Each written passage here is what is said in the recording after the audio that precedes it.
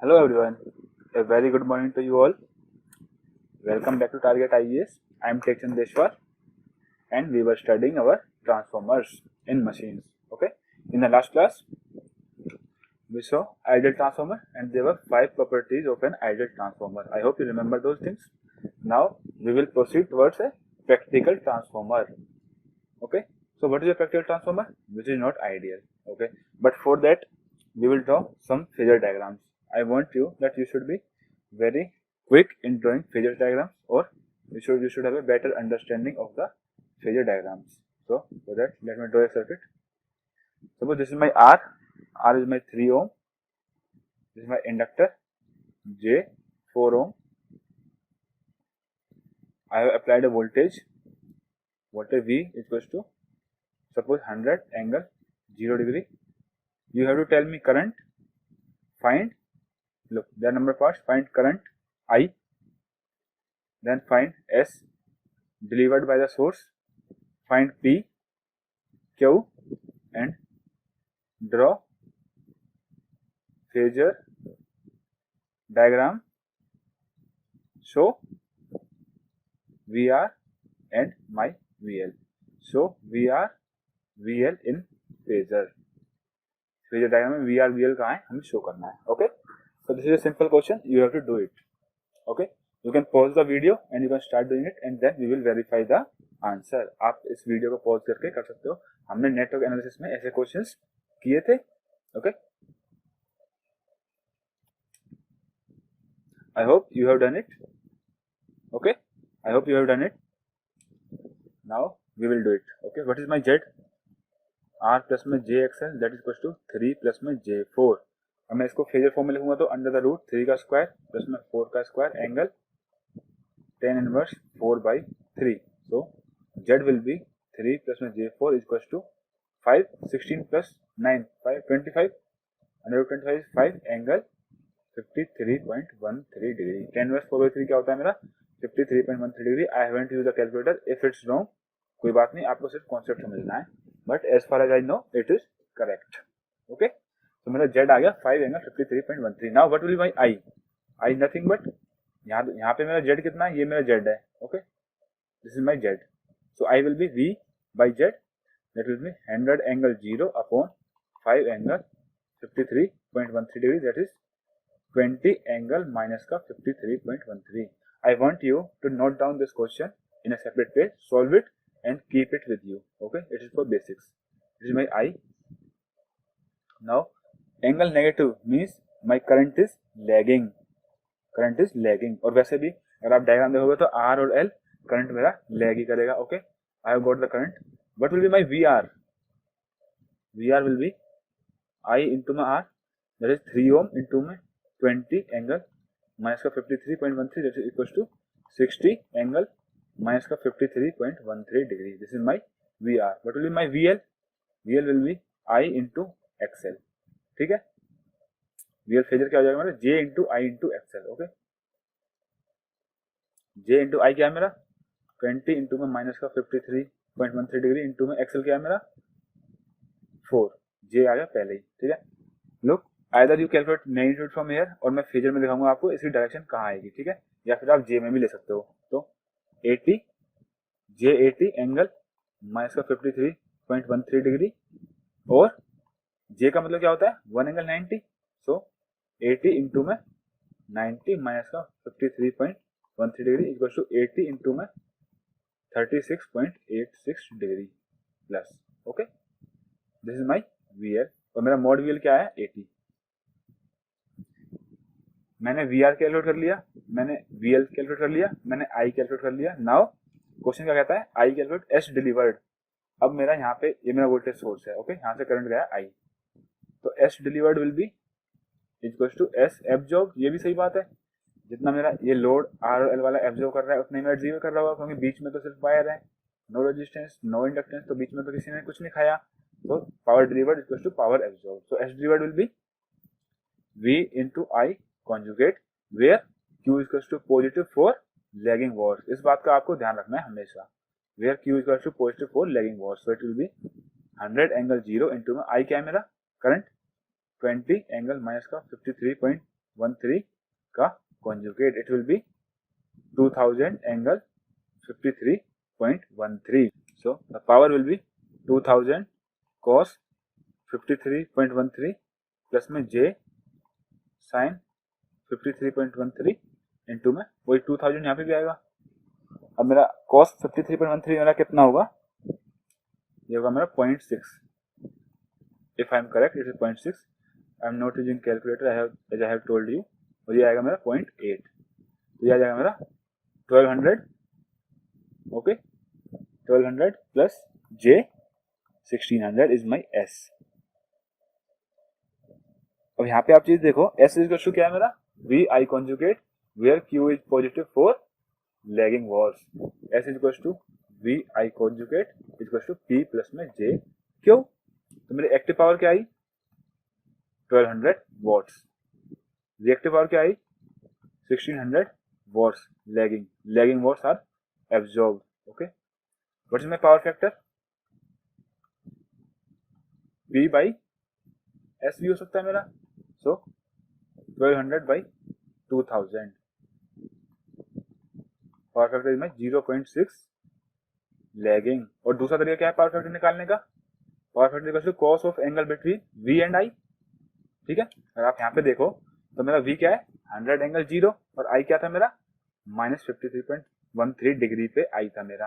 तो एंगल क्या हुआ मेरा 5 क्या मेरा माइनस 53.13 डिग्री, और मैं सिर्फ 53.13 डिग्री लिख दूं, कॉस ऑफ माइनस थीटा तो कॉस थीटा होता है. लैग कॉस 53.13 क्या होगा 0.6 लैग. तो मेरा पावर फैक्टर क्या आया cos 5 equal to lag. Now अब मैं आपको 3 फॉर्मूले सिखाऊंगा. यहाँ पे मैंने एक पावर मैंने निकाली s equal to V I conjugate से, V I. My second power equal to active power क्या होता है मेरा, active power equal to V I cos 5. 2000 into में करंट कितना है मेरा 20 एंगल 53. तो 20 इंटू cos 5 क्या हो जाएगा cos 53.13. ओके, v क्या मेरा 2000 नहीं है, my v is 100. So it will be 2000 into में 0.6 that is equal to 1200 watt. Can you see, यहाँ पे भी पावर 1200 वॉट आई, यहाँ पे भी पावर 1200 वॉट आई, क्योंकि मेरा सर्किट तो है मेरा सेम, बस मैं उसको अलग अलग फॉर्मूले से पावर कैलकुलेट कर रहा हूँ. What will be my q, q will be V I into sine 5. तो आप यहाँ से भी कर सकते हो 100 इंटू 20 इंटू में sine 53.13 degree equal to 2000 into में 0.8 इक्वल टू 1600 वॉट्स. यहाँ से q आया और यहाँ से q आया. See, this is the q, this is q, this is also same. So my second method of doing is this. ठीक है, फर्स्ट मेथड ऐसे निकाला. Now my third is, look in the circuit, एक मेरा load में R है, एक L है. बाय इंडक्टेंस जो यहाँ पे है L है वो प्योर L है, ये प्योर R है. So inductor do not dissipate any active power. Okay, inductor do not dissipate any power. सारी की सारी पावर में कौन डिसिपेट करेगा, माई रेजिस्टेंस. करंट क्या है यहाँ पे मेरा, करंट है मेरा 20 एंगल माइनस का 53.13 डिग्री.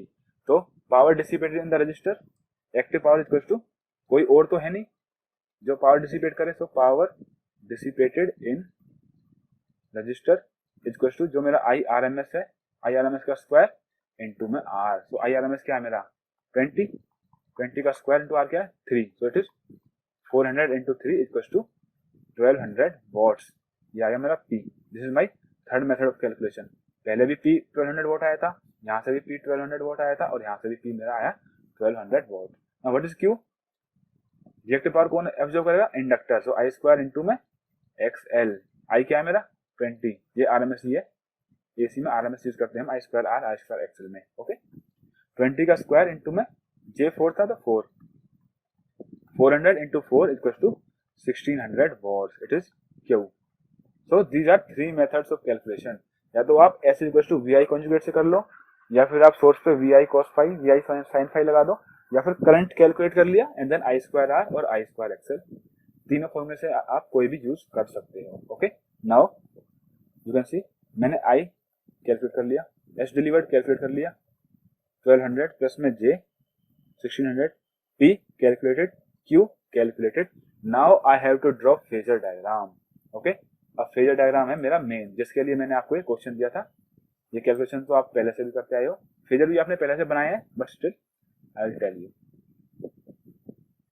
ये एक मेरा सर्किट था, मैंने इनपुट लगाया इस पर 100 एंगल 0, मेरा करंट आया 20 एंगल माइनस का 53.13 डिग्री। यहाँ पे मेरा रेजिस्टेंस था 3 ओम, इट वॉज माई J4 ओम। कभी भी फेजर बनाने से पहले आपको एक चाहिए रेफरेंस। मैंने यहाँ पे रेफरेंस इसको ले रखा है V इक्वल टू 100 एंगल 0 को। ओके, तो मैं पहले बनाऊंगा V इक्वल टू 100 एंगल 0। ठीक है, अब मेरा करंट क्या है 20 एंगल माइनस का 53.13 डिग्री। ओके, तो मेरा करंट आया लाइक हेयर, 20 करंट आया, कितने पे लैग कर रहा है 53.13 डिग्री पे। This is my current I. Okay, अब जब पूछेंगे नेक्स्ट टर्म, नाउ अक्रॉस ए रेजिस्टेंस। आपको पता है एक रेजिस्टेंस में करंट और वोल्टेज फेज में होते हैं, बट कौन सा करंट और कौन सी वोल्टेज फेज में होते हैं? Supply voltage supply current? No no, किसी भी रेजिस्टेंस में जो करंट उस रजिस्टर के अक्रॉस पास कर रहा है और जो वोल्टेज उस रजिस्टर के अक्रॉस है, उस रजिस्टर के जो टर्मिनल पे है, तो वी आर एंड आई, आई तो कॉमन है सब में, आई तो वही आई है, तो V R and I will be in phase. My resistor के अंदर V R and I will be in same phase. तो वी आर क्या होगा मेरा, आई इंटू आर होता है, it will be 20 into 3, angle तो वही हो गया इसका भी क्योंकि आई इंटू आर है, तो it will B 60 angle minus का 53.13 डिग्री। ऐसे कर लो, या फिर आप सीधा मैग्नीट्यूड निकालो वी आर का, I R equal to 20 into 3 equal to 60। और आपको पता है कि in case of resistor the voltage across the resistor that is V R, voltage across the resistor and current are in same phase. तो जिस phase में current है मेरा, उसी फेज में मेरा आएगी I into R voltage. So this is my V R. Fine, उसी फेज में आया 53.13 डिग्री। अब आती है बात XL की, यहाँ पे मेरा वोल्टेज क्या है VL। तो तरीके हैं दो करने के, VL equal to J into I into XL कर लो। ठीक है, क्या है मेरा J का मतलब 1 एंगल 90, I का मतलब 20 एंगल माइनस का 53.13, एक्सएल क्या होगा मेरा 4 ओम। ठीक है, एक्सएल मेरा 4 है और JXL मेरा J4 है, समझ गया ना। यहाँ पे अगर J इंटू 4 लिखा हुआ है तो उसका मतलब ये मेरा XL है, J तो बस उसके आगे एक वेरिएबल है। तो 20 इंटू 4 80 एंगल 90 माइनस का 53.13 degree. So VL equal to 80 angle 36.86 degree. एक तरीका आया मेरा ये VL। फिर मैं VL कहाँ पे ड्रॉ करूंगा, अगर ये 100 एंगल 0 है, VL है मेरा प्लस का 36.86 डिग्री, सो मेरा VL आएगा यहाँ पे कहीं 80 और मेरा ये एंगल है 36.86 degree. This is my VL। Okay, तो मैंने दूसरा तरीका भी बताया था, अभी मैं दूसरा तरीका बताता हूँ आपको। लो, पहले तो मैग्नीट्यूड निकाल लो, VL के अक्रॉस मैग्नीट्यूड क्या होगा मेरा I इंटू में XL, 20 इंटू में 4 that is equal to 80। Now tell me one thing, in case of inductor the current क्या करता है, लैग करता है lead. My current lags the applied voltage by 90 degree. लेकिन उसमें वोल्टेज और करंट कौन कौन से होते हैं जिसमें मेरा current I lags supply voltage या voltage across inductor, voltage across the inductor by 90 degree. ठीक है, अगर मेरा करंट लैग करता है वोल्टेज को, तो मैं उल्टा अगर बोलूं तो मेरा वोल्टेज लीड करता है करंट को, lead current by 90 degree in case of inductor. I hope you got it. हमने नेटवर्क्स में ऐसा किया था। इंडक्टर के केस में करंट मेरा लैग करता है उस इंडक्टर के अक्रॉस की वोल्टेज, और इंडक्टर के अक्रॉस वोल्टेज क्या है मेरी VL। ठीक है, तो मेरा मतलब जो मेरी वोल्टेज VL होगी वो करंट I से 90 डिग्री लीड करेगी। अगर मेरा करंट यहाँ पे है I, ठीक है, मेरा करंट I यहाँ पे है तो उससे 90 डिग्री लीड करेगी, that means here. So this my VL, और the angle between the voltage and current, this angle voltage and current, this angle will be 90 degree. और आप वैसे भी देख सकते हो, यहाँ पे मेरा 0 डिग्री है तो 36.86 डिग्री प्लस में 53.13 डिग्री इज इक्वल टू 639 538 89.99 और ऑलमोस्ट इक्वल टू 90 डिग्री। तो आप किसी भी तरीके से करो, आप दोनों तरीके से कर सकते हो। ओके, ये था। Now if any circuit if it is given like मेरे को बस एक R है और एक XL है और मुझे इसमें करंट दे दिया मुझे इसमें करंट दे दिया my I L equal to 10 angle 0 degree. अब मुझे बताना वी आर और वी एक्सएल की मुझे सिर्फ और सिर्फ डायरेक्शन दिखानी है फेजर डायग्राम में। ओके, तो हम क्या करूंगा, मैं क्या करूंगा, मैं पहले आई ड्रॉ कर लूंगा, I equal to 10 angle 0 degree.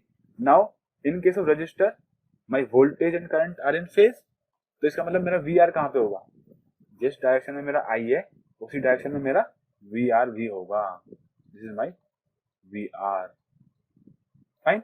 Now this is my XL. In case of inductor, the current lags the voltage across inductor by 90 degree। तो जो मेरा यहाँ पे VL होगा, करंट उससे 90 डिग्री लैग करेगा। करंट लैग करेगा मतलब आई can say my voltage will lead the current by 90 degree. तो करंट अगर यहाँ पे है 0 डिग्री पे, तो मेरी वोल्टेज कहाँ पे आएगी, my voltage will be here VL। और मेरी टोटल वोल्टेज क्या है यहाँ पे, प्लस में अगर मैं KVL लगाता हूँ यहाँ पे, तो V equal to VR plus में VL। अगर मैं दोनों को टोटल करूंगा तो पैरेललोग्राम से मैं टोटल कर सकता हूँ दोनों को, और आप इसे कैलकुलेटर में टोटल कर सकते हो। मैं कंप्लीट वोल्टेज विल V, और जो मेरा करंट है वो लैग कर रहा है अप्लाइड वोल्टेज को बाय एंगल फाई। लैग क्यों कर रहा है, क्योंकि RL सर्किट है। आई होप यू गॉट इट। मैं करंट को रेफरेंस मान के करूं या मैं वोल्टेज को रेफरेंस मान के करूं, आप अब फेजर डायग्राम बना सकते हो। Okay, now let's try one more question. Okay, this is my next question. Find everything plus phasor. Everything क्या, जो मैंने पिछले में फाइंड आउट किया था, एस पी क्यू आई, ठीक है, और मेरा फिर V R V C and then draw the phasor diagram. Okay, you can pause the video and you can attempt this and then match the answer later. सबसे पहली बात मुझे निकालना आई। मेरा जेड क्या होगा, 3 माइनस का J4 equal to 5 angle minus का 53.13 डिग्री। ओके, फाइव क्या होगा मेरा यहाँ पे, देखो ये होता है Z equal to this equal to mod Z, angle आया मेरा 5, तो 5 equal to 10 inverse XL sorry XC by are.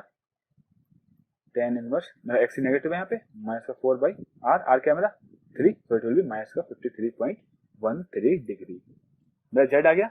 Now पहला काम क्या है मेरा, करंट निकालना। आई इक्वल टू 100 एंगल 0 अपॉन में 5 एंगल माइनस का 53.13 डिग्री। अब तो आप इसमें एक्सपर्ट हो। This is my current I. Okay, current I. Now what is my second thing, अब मेरे को करंट मिल गया, so what is my S delivered by the load. चलो जो एस डिलीवर्ड होगा वो मेरा एस एब्जॉर्ब भी होगा, है ना। But you can C in the circuit, जो वोल्टेज मेरी यहाँ पे इनपुट वोल्टेज है V, वही वोल्टेज मेरे इस टर्मिनल पे भी है, इस टर्मिनल पे भी। तो डिलीवर्ड क्या है मेरा, एक्चुअली V इंटू में I जो करंट जा रहा है वो डिलीवर्ड है, और एब्जॉर्ब क्या है, वही V और वही I into I conjugate. In the diagram you can सी, जो ये सोर्स डिलीवर कर रहा है वही लोड एब्जॉर्ब कर रहा है, तो आप किसी भी एक से निकाल सकते हो, ठीक है। तो my S delivered equal to V into I conjugate, where Q is positive for lagging watts. ये चीज आपको नहीं भूलनी है।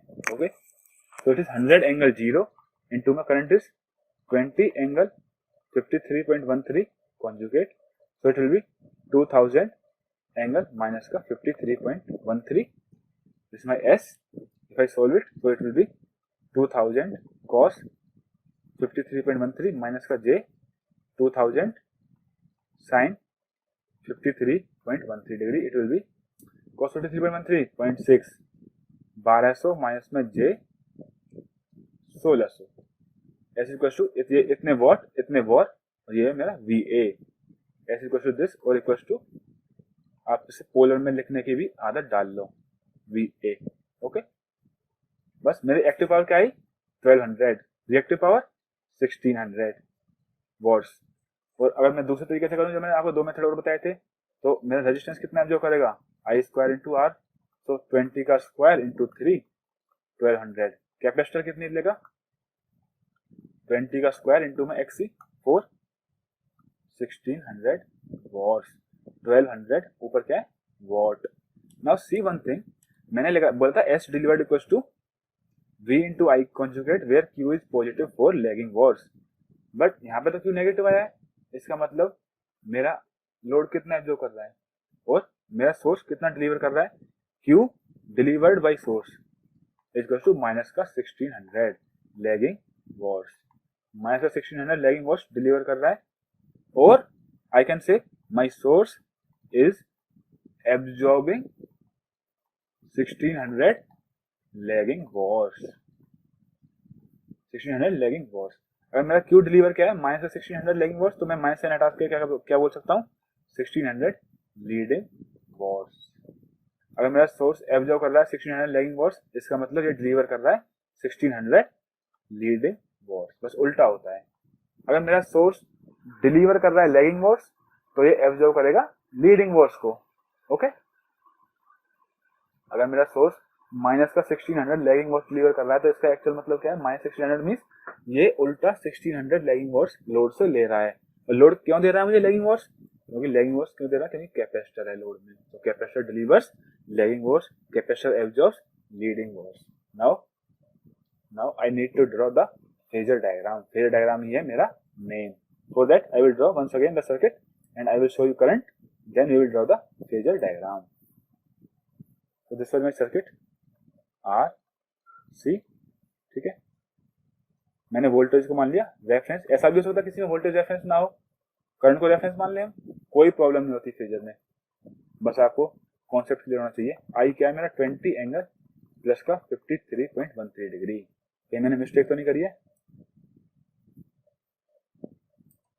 करंट क्या है मेरा, I plus angle 53.13 degree, that means voltage तो है V angle zero, angle zero पे वोल्टेज, तो करंट है मेरा प्लस का 53, that means my current is leading. और लीड क्यों कर रहा है, क्योंकि मेरा आरसी सर्किट है। Okay, I hope you are clear with this concept. So this is my I, this is my plus minus का वी आर, प्लस माइनस का VC. Now see, this is my V equals to 100 angle zero. तो current कहाँ आएगा मेरा, मेरा current आएगा here, my current is this 20 angle 53.13। Angle में plus minus बेशक से मत लिखो, क्योंकि वो देख के ही पता लग रहा है, लीड कर रहा है तो करंट एंगल पॉजिटिव होगा, नहीं कर रहा तो नेगेटिव होगा। नाउ फर्स्ट केस रेजिस्टेंस में देखो, in case of resistance V R and I, V R क्या है, V R and I are in phase, V R potential difference across the resistance. मैं एक बार फिर से बोल दूं, जो हम कहते हैं कि इंडक्टर में करंट लैग करता है, कैपेसिटर में करंट लीड करता है, वो किससे लैग या लीड करता है, उसी एलिमेंट के अक्रॉस जो वोल्टेज होती है। अगर मैं बोलूंगा कि my current will lead the VC, VC कौन सी वोल्टेज है, इस कैपेसिटर के अक्रॉस वाली। कभी ये मत बोलना कि जो मेरा कैपेसिटर में जो करंट है वो अप्लाइड वोल्टेज से 90 डिग्री लीड करेगा, नहीं, my current in the capacitor will lead 90 degree the voltage across the capacitor itself. ठीक है, कहीं सोर्स पे क्या वोल्टेज है उससे लीड नहीं करेगा, जो उस कैपेसिटर के अक्रॉस वोल्टेज होगी उससे लीड करेगा। रिमेंबर, मैं इसे इसलिए समझा रहा हूँ क्योंकि प्रैक्टिकल ट्रांसफॉर्मर में इसकी मुझे बहुत ज्यादा जरूरत पड़ सकती है। Okay, now see, this is my I equals to 20। अब मेरा वी आर किधर आएगा, my V R will be in direction of the I only, 20 into 3 60 volt. Okay, direction same होगी। Now where will be my I, तो है मेरे पास, अब मेरा वीसी कहाँ होगा, in case of capacitor, in case of capacitor my applied current leads voltage और VC lags current। इसका मतलब मेरा VC कहाँ आएगा, इससे 90 डिग्री नीचे, इसको हम बोल सकते हैं 36.86 डिग्री पे आएगा मेरा VC। 20 into 4 that will be 80, इसका होगा मैग्नीट्यूड। या फिर आप ऐसे भी निकाल सकते थे, J माइनस का J into I into XC। So 1 angle minus का 90 इंटू आई क्या है मेरा 20 एंगल 53.13 इंटू 4। अगर फॉर्मूला बेस्ड जाना है आपको तो 20 इंटू 4 80 माइनस का 90 प्लस में 53.13 degree, this is my VC।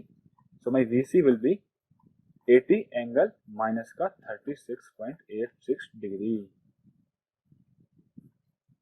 Fine, minus का एंगल का मतलब क्या है मेरा, कि मेरी ये लैग कर रही है। अगर मेरा यहाँ पे 0 डिग्री है, V इक्वल टू 0 डिग्री, तो ये आएगा 36.86 डिग्री नीचे। और you can see this angle is automatically 90 degree, 53.36 degree 90 degree. और मेरा यहाँ पे इस सर्किट में अगर आप देखोगे तो अप्लाइड वोल्टेज भी केवीएल लगाओ आप, तो V इक्वल टू क्या है मेरा VR प्लस में VC। और यहाँ पे भी आप देख सकते हो, अगर मैं इन दोनों को पैरेललोग्राम लॉ से ऐड करूँ तो it will be add like this. Okay, ये ऐसे ऐड हो जाएंगे and this is my V। Fine, अब आपको फेजर का concept I hope it is very clear to you all. If you are still having any doubt In the next class, we will do 2 more questions on phasors. Then we'll start the transformer. Now first, we will start practical transformer in this class itself. क्योंकि ये class में मैंने क्या बोला था कि हम practical transformer start करेंगे. Okay. So what is a practical transformer? Which is not ideal. जो ideal नहीं है वो मेरा practical है. Simple. But ऐसा बोलोगे तो कोई आपको मारेगा. What is my ideal transformer? मैंने आपको सिर्फ 2 प्रॉपर्टी बताई थी आइडियल ट्रांसफॉर्मर की, जो सारी की सारी प्रॉपर्टी जो आपकी बुक्स में लिखी होती है उन सबको समराइज कर दी थी. First is my mu is equal to infinite and second was my losses is equal to 0. अब मेरा म्यू इनफाइनाइट हो गया था तो मेरा रिलक्टेंस क्या था, मेरा L by mu A.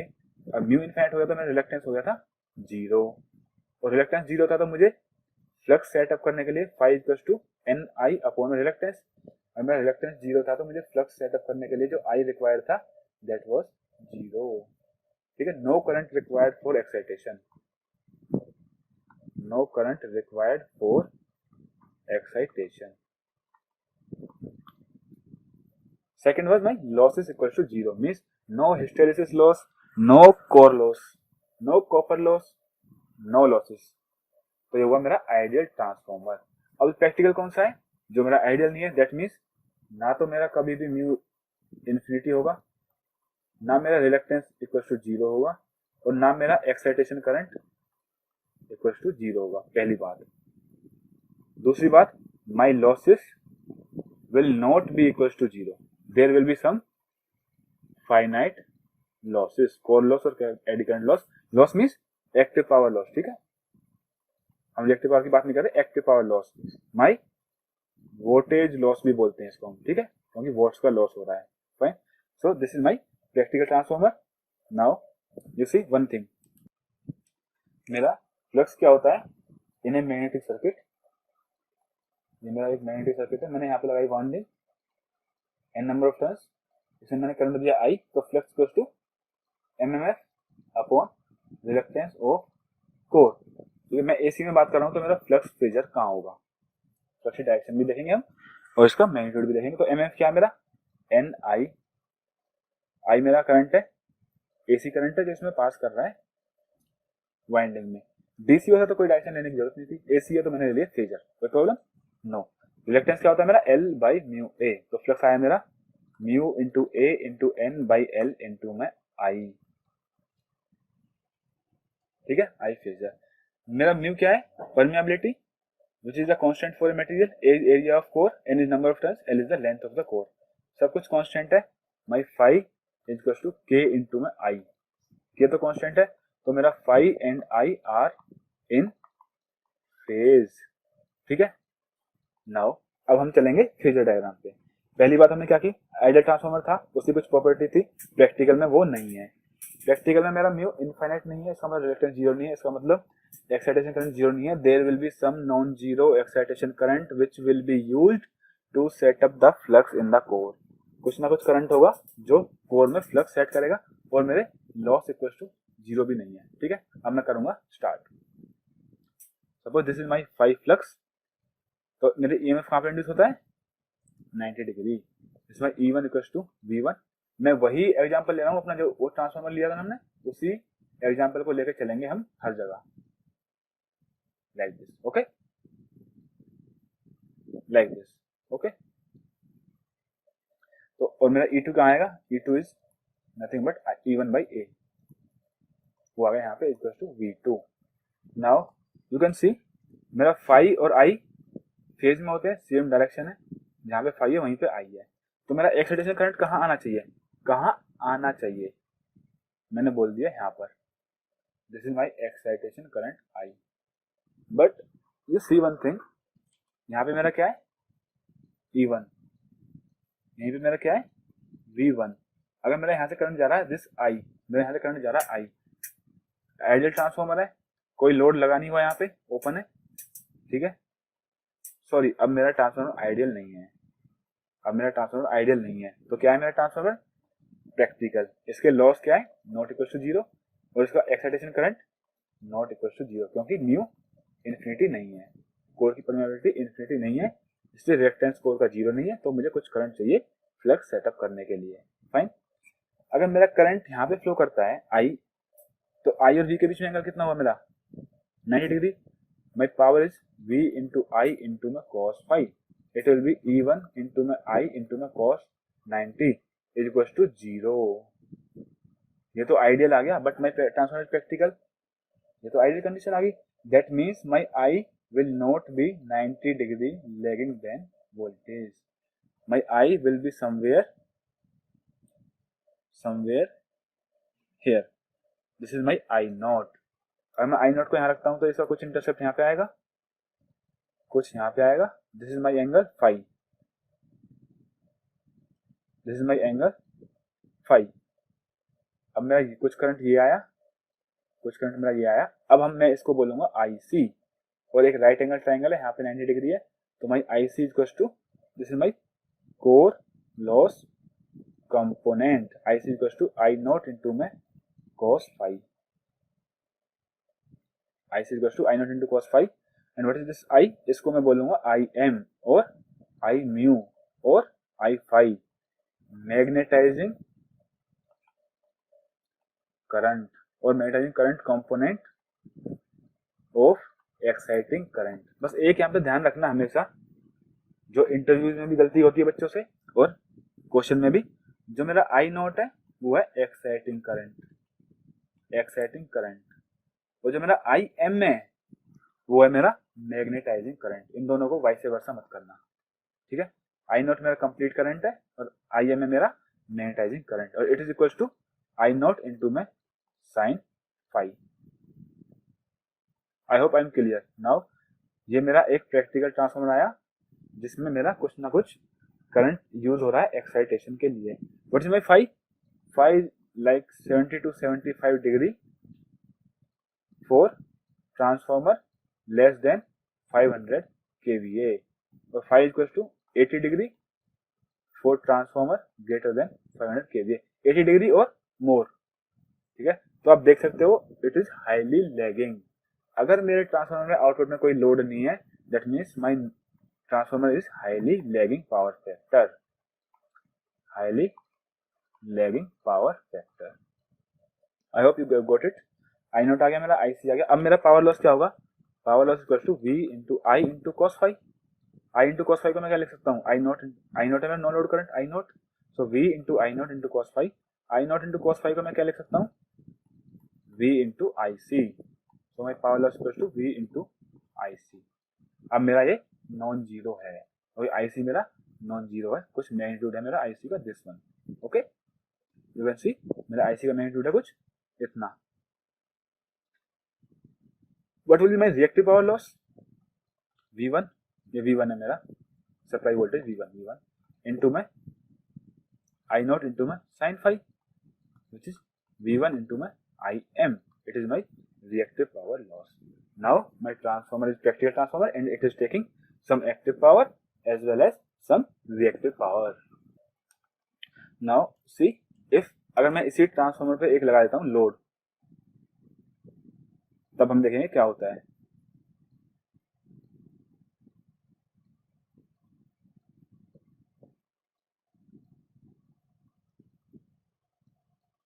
This is plus minus का E1. यहाँ पे मेरा करंट गया I1 and this is my secondary winding. This is my secondary winding plus minus का V2 and this is E2. यहाँ तो कोई डाउट नहीं है. यहाँ पे I2, मैंने एक लोड लगाया I2 RL, और RL तो मेरा लोड क्या है? Lagging load, Z angle plus theta something. Fine, I2 will be lagging current. पहले हम एक कॉन्सेप्ट देखते हैं. पहली बात, this is my supply voltage V1. अगर मैं आपसे कहूं कि यहाँ पे आप एक बार KVL लगाओ इस सर्किट में, माइनस का V1 प्लस में E1 equal to 0, so V1 equal to E1. V1 equal to E1 is maintain. क्यों मेंटेन? क्योंकि बीच में यहाँ पे कोई भी रेजिस्टेंस नहीं है, यहाँ बीच में तो कोई भी ड्रॉप नहीं है. That's my V1 equal to E1. कोई भी रेजिस्टेंस नहीं है. My KVL is based on, मैंने आप पहले बताया था KCL तो बेस्ड होता है law of conservation of charge पे, और KVL बेस्ड होता है मेरा law of conservation of energy. और आपको पता है ना, law of conservation of energy is never violated in our universe. Law of conservation of energy को कोई भी वायलेट नहीं कर सकता, ठीक है. Now we will see. मेरा एक वर्किंग फ्लक्स है फाई, लेंस लॉ के अकॉर्डिंग अगर मेरा यहाँ पे डॉट है, यहाँ पे डॉट है, इस डॉट से मेरा इनकमिंग करंट होगा, इस डॉट से मेरा आउटगोइंग करंट होगा। अगर आप I2 को देखोगे, I2 की डायरेक्शन ये है, तो I2 किस डायरेक्शन में फ्लक्स क्रिएट करेगा, यहाँ पे राइट हैंड रूल यूज करो आप, फिंगर्स को करंट की डायरेक्शन में कर्ल करोगे तो मेरा I2 आएगा, इस डायरेक्शन में फ्लक्स आएगा मेरा। So my phi2 will oppose main flux phi, तो मेरा नया नेट फ्लक्स क्या होगा, फाई माइनस में phi2। ये मेरा एक, मैं आपको बता रहा हूँ कि अगर मेरा ऐसा होता है, suppose my main flux in the core, in core decreased, अगर मेरा कोर के अंदर मेन फ्लक्स क्या हो गया, डिक्रीज हो गया, तो क्या होगा मेरा, अब देखो E1 क्या था मेरा, d lambda 1 by dt N1 phi into omega into में cos omega t, okay, N1 phi omega cos omega t।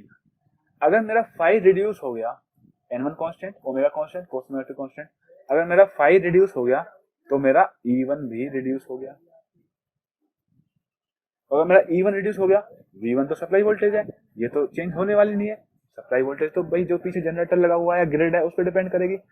अब मेरा V1 तो चेंज नहीं हुआ, लेकिन मेरा E1 चेंज हो गया, that means V1 is not equal to E1। ये क्या हुआ, ये हुआ मेरा KVL मेरा वायलेट हो गया। But is it possible, it's possible that KVL get violated? No, KVL is based on law of conservation of energy and it can never be violated. तो गलती कहाँ हुई, गलती कहीं नहीं हुई, हमने सिर्फ एक चीज कंसीडर नहीं करी, जैसे ही यहाँ पे मेरा phi net will try to reduce, जैसे ही मेरा E1 रिड्यूस होने की कोशिश करेगा, मेरा प्राइमरी से एक करंट आएगा I1 एक्स्ट्रा करंट। पहले कितना था मेरा, नो लोड पे मेरा कितना करंट ले रहा था ट्रांसफॉर्मर, जो एक्साइटेशन करंट था I0, नो लोड पे था मेरा I0। बट जैसे ही I2 आया, I2 ने एक MMF क्रिएट किया N2 I2, इट अपोज्ड, ये MMF मेरा अपोज करेगा मेन फ्लक्स फाई को, तो तुरंत एट द सेम इंस्टेंट एक I1 करंट आएगा, जिसकी वजह से N1 I1 EMF इंड्यूस होगा, जो मेरा इसको काउंटर बैलेंस करेगा। मींस जितना मेरा I2 इफेक्ट कर रहा है ना कि फ्लक्स को कम करने के लिए, उतना ही मेरा I1 एंटर करेगा और उस चीज को काउंटर बैलेंस करेगा। दैट मींस मेरा यहाँ पे जो N1 I1 जो MMF होगा primary, that will be N1 into I0, ये तो मेंटेन करना नो लोड वाला, प्लस में जो नया जनरेट हुआ MMF अपोज करने वाला, उसको काउंटर बैलेंस करने के लिए। तो in a practical transformer this is my MMF balance equation, MMF balance equation. I hope you do not have any problem in this. बस समझ लीजिए, जैसे ही I2 आया, I2 ने एक MMF बनाया, एक फ्लक्स बनाया जो मेन फील्ड फ्लक्स को अपोज करने की ट्राई कर रहा था, लेकिन अगर मेन फील्ड फ्लक्स कम हो गया तो मेरा KVL वाइट हो जाएगा, लेकिन ऐसा होगा नहीं। क्यों नहीं होगा, क्योंकि जैसे ही फ्लक्स थोड़ा सा भी कम होने की ट्राई करेगा तो तुरंत यहाँ से I1 आएगा करंट, क्योंकि V1 not equal to E1 होगा, तो यहाँ से तुरंत की तुरंत करंट फ्लो होगा I1, और वो I1 से एक MMF बनेगा N1 I1, जो इस N2 I2 को इफेक्ट को न्यूट्रलाइज कर देगा। I1 will flow instantaneously and will neutralize the effect of I2 on main field flux, और या फिर main working flux। बस, this is my MMF balance equation. यहाँ से I1 क्या आएगा मेरा, I0 प्लस में N2 बाई N1 इंटू में I2, सब फेजेस में ले लो। I1 equal to I2 by A क्या मेरा turn ratio equal to N1 by N2, जो मैं ट्रांसफॉर्मर स्टार्टिंग से ले रहा था, प्लस में I0। So this is my new equation. Now I will draw a phasor diagram of the same transformer, जो ट्रांसफॉर्मर था मेरा, मैं इसी का एक फेजर डायग्राम क्रिएट करूंगा और ड्रॉ करूंगा। ये आ गया मेरा डायग्राम।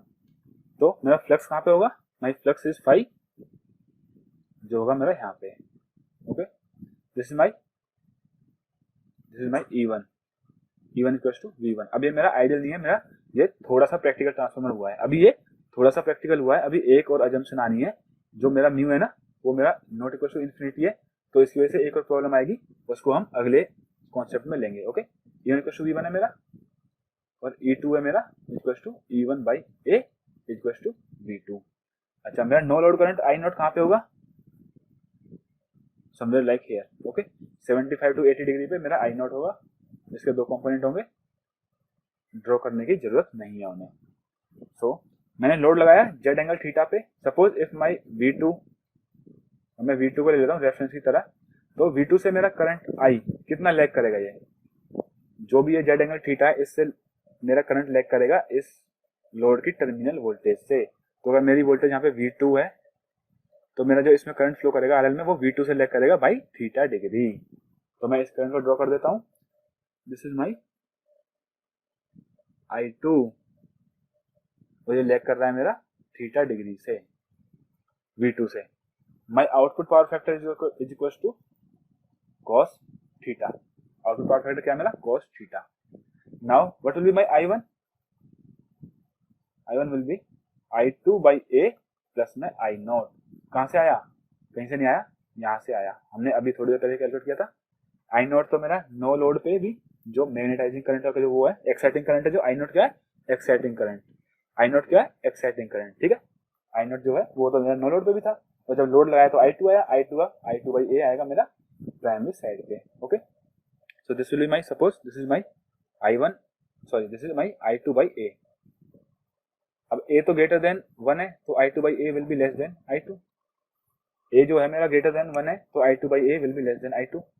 अब मैं I1 को निकालूंगा तो मैं को इन दोनों को टोटल कर देना है, I0 और I2 बाई A को। So this is my I1 equal to I2 by A plus में I0। Got it. अब मेरा I1 मेरा E1 या V1 से कितना लैग कर रहा है, थीटा 2। तो मेरा इनपुट साइड पे पावर फैक्टर क्या है मेरा, cos theta 2। And you can see clearly cos theta 2 is not equal to, अरे मेरा cos थीटा 1 है, ये मेरा cos थीटा 1 होगा। Output power factor cos theta 1, cos theta 1 is not equal to cos theta 2।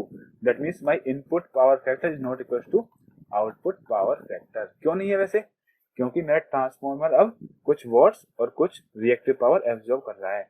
जब पिछले केस में जब आइडियल ट्रांसफॉर्मर था मेरा तो कुछ भी एब्जॉर्ब नहीं कर रहा था, तो input power factor equal to output power factor. लेकिन यहाँ पे जो I0 आया ये, इसकी वजह से मेरा I1 चेंज हुआ और मेरा input power factor is not equal to the output power factor for a practical transformer. तो अब आपको पता लग गया, ए तो मेरा सेम ही रहेगा N1 by N2। MF balance equation क्या है, मेरी न्यू एमएफ बैलेंस इक्वेशन, ठीक है।